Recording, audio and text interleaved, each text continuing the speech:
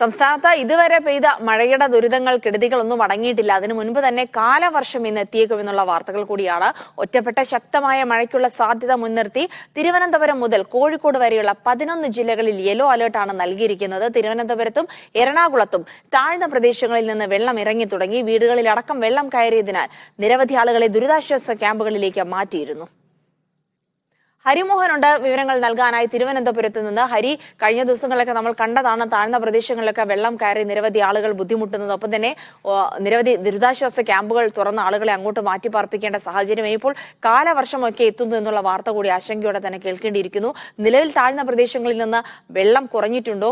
ഇപ്പോഴത്തെ തിരുവനന്തപുരം ജില്ലയിലെ കാലാവസ്ഥ എന്താണ്? ഇനിയും മഴയ്ക്കുള്ള സാധ്യത തന്നെയാണോ പ്രവചിക്കപ്പെടുന്നത്?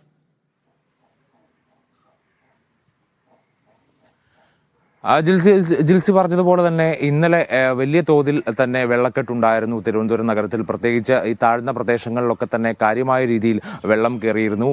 ആമേഴഞ്ചാൻ തോട്, ഒപ്പം തന്നെ തെറ്റിയാർ, കിള്ളിയാർ അടക്കമുള്ള സ്ഥലങ്ങളിലൊക്കെ തന്നെ കരകവിഞ്ഞൊഴുകുന്ന ഒരു സാഹചര്യം ഉണ്ടായിരുന്നു. താഴ്ന്ന പ്രദേശങ്ങളിൽ നമ്മൾ ഇന്നലെ വെള്ളം കയറിയ ചില സ്ഥലങ്ങളിലാണ് ഇന്നിപ്പോൾ രാവിലെ ചെന്ന് നോക്കുമ്പോൾ വെള്ളം ഇറങ്ങിയ സാഹചര്യമാണുള്ളത്. പക്ഷേ എങ്കിൽ പോലും ചെളി നിറഞ്ഞു കിടക്കുന്ന ഒരു അവസ്ഥയാണുള്ളത്.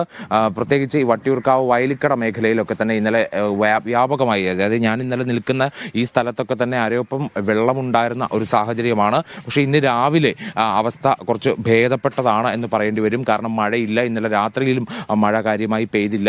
അതുകൊണ്ട് തന്നെ ഭേദപ്പെട്ട അവസ്ഥയിലാണ് ഇപ്പോൾ കാര്യങ്ങൾ നിൽക്കുന്നത്. പക്ഷേ നഗരത്തിൽ ഒരു മഴ പെയ്തു കഴിഞ്ഞാൽ ഉടൻ തന്നെ വെള്ളക്കെട്ടുണ്ടാകുന്ന സാഹചര്യം ഉണ്ട് എന്നുള്ളതൊരു വസ്തുതയാണ്. ഇന്നലെ ഇതിൽ രാഷ്ട്രീയ പ്രതിഷേധമൊക്കെ തന്നെ നഗരത്തിൽ നടന്നിരുന്നു. വഴുതക്കാട് മുതൽ തമ്പാനൂർ വരെ കോൺഗ്രസ് ഒരു പ്രതിഷേധ നടത്തം സംഘടിപ്പിച്ചിരുന്നു. നരകയാത്ര എന്നായിരുന്നു പേരിട്ടത്. UDF കൺവീനർ അടക്കം പങ്കെടുത്തു. അതായത് മഴക്കാല പൂർവ്വ പ്രവർത്തികൾ നടന്നിട്ടില്ല, കോർപ്പറേഷന്റെ ഭാഗത്തു നിന്ന് വീഴ്ച ഉണ്ടായിട്ടുണ്ട് എന്നുള്ള ഗുരുതരമായിട്ടുള്ള ഒരു ആരോപണമാണ് പ്രതിപക്ഷം ഉയർത്തിക്കൊണ്ടിരിക്കുന്നത്. അതിൽ ഏറെക്കുറെ വസ്തുതകൾ ഉണ്ട് എന്നുള്ളതാണ് യാഥാർത്ഥ്യം. പ്രത്യേകിച്ച് അതിനോടൊപ്പം തന്നെ ഈ റോഡ് പണി ഇത്തരത്തിൽ കിടക്കുന്നു എന്നുള്ളതാണ് വലിയൊരു പ്രശ്നം. കാരണം പല സ്ഥലങ്ങളിലും കിളച്ചു മറിച്ചിട്ടിരിക്കുന്ന ഒരു അവസ്ഥയാണ്. അപ്പോൾ അങ്ങനെയുള്ള ഒരു അവസ്ഥയിൽ റോഡ് ഏത് കുഴി ഏത് എന്ന് അറിയാൻ കഴിയാത്ത ഒരു നിലയാണുള്ളത്. പ്രത്യേകിച്ച് സ്കൂളൊക്കെ തുറക്കാൻ പോകുന്നു, കുട്ടികൾ റോഡരികിൽ കൂടി ആണ് നടന്ന് സ്കൂളുകളിലേക്ക് പോകുന്നത്. അത്തരമൊരു സാഹചര്യമൊക്കെ തന്നെ വല്ലാതൊരു പരിഭ്രാന്തി സൃഷ്ടിക്കുന്നുണ്ട്.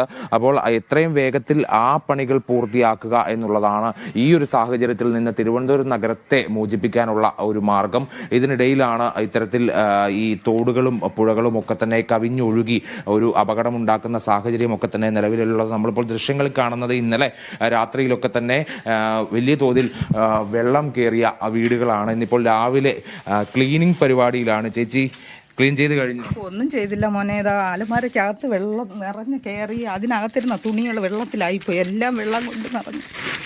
ഇതുണ്ട്, കവറിൽ പോലും വച്ചിരുന്ന തുണി കംപ്ലീറ്റ് നനഞ്ഞു. അതിൻ്റെ വെള്ളം എല്ലാ മഴയത്തും ഇങ്ങനെ വെള്ളം കയറുന്ന? എല്ലാ മഴയത്തും മുറ്റം വരെ ഉള്ളൂ. പക്ഷെ ഇപ്പോഴാണ് ആദ്യമായിട്ട് അകത്ത് അത്രയും കയറിയത്. ഇത്തവണ എന്താ ഇങ്ങനെ കയറാൻ കാര്യം? വെള്ളം മൊത്തത്തിൽ വെള്ളം വന്നിട്ട് മൊത്തത്തിൽ എല്ലാം ഞങ്ങളുടെ വീട്ടിൽ, അല്പം താന്നിരിക്കുന്ന ഞങ്ങളുടെ വീടാണ്. മറ്റുള്ള എല്ലാം മണ്ണ് പെടുത്തി ഉയർത്തി വെച്ചതാണ്. അതാണ് ഈ താഴ്ന്ന പ്രദേശങ്ങളിൽ ഇന്നലെയൊക്കെ പെയ്ത മഴയിൽ വ്യാപകമായിട്ട് വെള്ളം കയറിയിട്ടുണ്ട് എന്നുള്ളതാണ്. അത് പല സ്ഥലങ്ങളിലും ഇത് വ്യാപകമായിട്ടുണ്ട്. നമ്മൾ നേരത്തെ രാവിലെ പോയ ഗൗരീശപട്ടം ഉണ്ടായിരുന്നു. ഇപ്പോൾ ഇവിടെ വട്ടിയൂർക്കാവിലെ വയലിക്കട എന്ന് പറയുന്ന സ്ഥലം, കൂടാതെ പട്ടത്തുണ്ട്.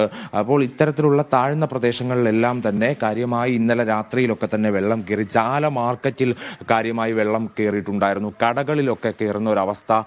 പക്ഷേ ഇന്ന് രാവിലെ ആയപ്പോഴേക്കും എല്ലാം ഇറങ്ങിയിട്ടുണ്ടെങ്കിൽ പോലും ഇന്നലെ മാത്രം പെയ്ത മഴയിലാണ് ഈ വെള്ളം കയറിയതെന്നുള്ളതാണ് വസ്തുത. മാത്രമല്ല 8 ദുരിതാശ്വാസ ക്യാമ്പുകൾ തുറക്കേണ്ടുന്ന ഒരു അവസ്ഥയിലേക്ക് വന്നു. 66 പേരെയാണ് തിരുവനന്തപുരം നഗരത്തിൽ മാത്രമായി ക്യാമ്പുകളിലേക്ക് മാറ്റി പാർപ്പിച്ചത്. ഒപ്പം തന്നെ പ്രധാനമായിട്ടും എടുത്തു പറയേണ്ട ഒരു കാര്യമെന്ന് പറയുന്നത് നേരത്തെ സൂചിപ്പിച്ചതുപോലെയുള്ള ഈ ജാഗ്രതകളാണ്. അതായത് ജാഗ്രത അല്ലെങ്കിൽ മുന്നറിയിപ്പ് ഇതിനോടകം തന്നെ പുറപ്പെടുവിച്ചത് പ്രകാരം 11 ജില്ലകളിലാണ്, അതായത് തിരുവനന്തപുരം മുതൽ കോഴിക്കോട് വരെയുള്ള 11 ജില്ലകളിലാണ് ഇപ്പോൾ നിലവിൽ ജാഗ്രതാ നിർദ്ദേശം ഏർപ്പെടുത്തിയിട്ടുള്ളത്. മഞ്ഞ അലർട്ട്, അതായത് യെല്ലോ അലർട്ടാണ്. അതായത് ഒറ്റപ്പെട്ട ശക്തമായ മഴ എന്നുള്ളതാണ് ഇപ്പോൾ നിലവിൽ നൽകിയിട്ടുള്ള ജാഗ്രതാ നിർദ്ദേശം.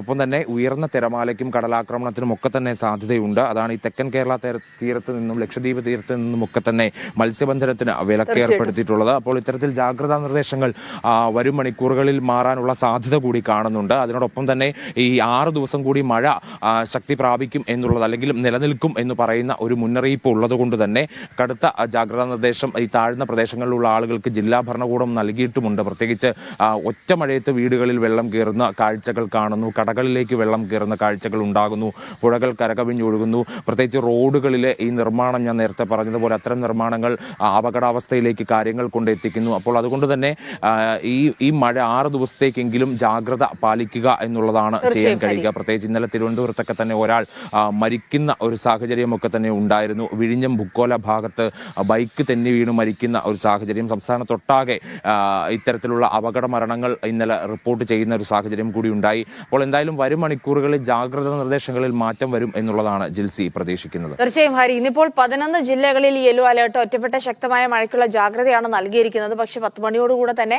പുതിയ നിർദ്ദേശങ്ങളൊക്കെ പുറത്തുവരും. പ്രത്യേകിച്ച് കാലവർഷം എത്തുന്നതുമായി ബന്ധപ്പെട്ട വലിയ മഴയൊക്കെ പ്രതീക്ഷിക്കുന്നുണ്ട്. അതുമായുള്ള അപ്ഡേറ്റുകളൊക്കെ ശ്രദ്ധിക്കുക. പുറത്തിറങ്ങുമ്പോൾ അതിനുമായുള്ള ബന്ധപ്പെട്ട ജാഗ്രത പാലിക്കുക. നമ്മളിപ്പോൾ കണ്ട ദുരിതങ്ങളൊക്കെ അതൊക്കെ ഒരൊറ്റ മഴയ്ക്ക് സംഭവിച്ചു എന്നുള്ളതാണ്. മുൻപും അതിതീവ്രമായ മഴയൊക്കെ ഉണ്ടായിരുന്നെങ്കിലും ഇത്രത്തോളം ബുദ്ധിമുട്ട് ജനങ്ങൾക്കില്ലായിരുന്നു. സ്വാഭാവികമായും വെള്ളം ഒഴുകി പോകാത്ത രീതിയിലുള്ള അശാസ്ത്രീയ നിർമ്മാണങ്ങൾ തന്നെയാണ് കാരണമെന്ന് വ്യക്തമാക്കുകയാണ് ഈ വെള്ളക്കെട്ടുകളൊക്കെ തന്നെ.